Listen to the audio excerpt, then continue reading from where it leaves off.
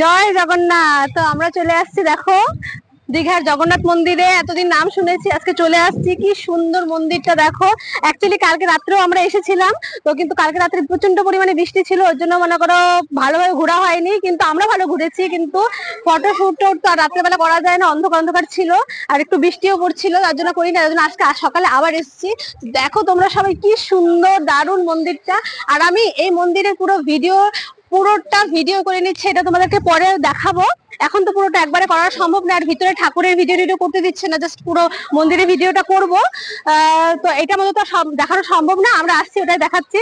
আর আমার ফ্যামিলিরা সবাই ঘুরে বসে আছে। অ্যাকচুয়ালি আমরা এদিক দিয়ে যে হেঁটে এসেছি, এত পরিমাণে রৌদ্র গরম, দেখো পাকায় পা দেওয়া যাচ্ছে না, তাও এটুকু জায়গা আমরা পা দিয়েছি, প্রচন্ড গরম।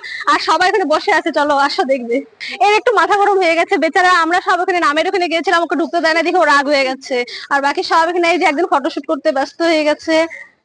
এই যে মা শাশুড়ি সব ফটোশুট। আর এখানে আজকে অনেক ফটো তুলবো, অনেক ভিডিও করব, তার জন্য এখানে এখন এই টাইমে আসা। তো চলো স্টার্ট করি।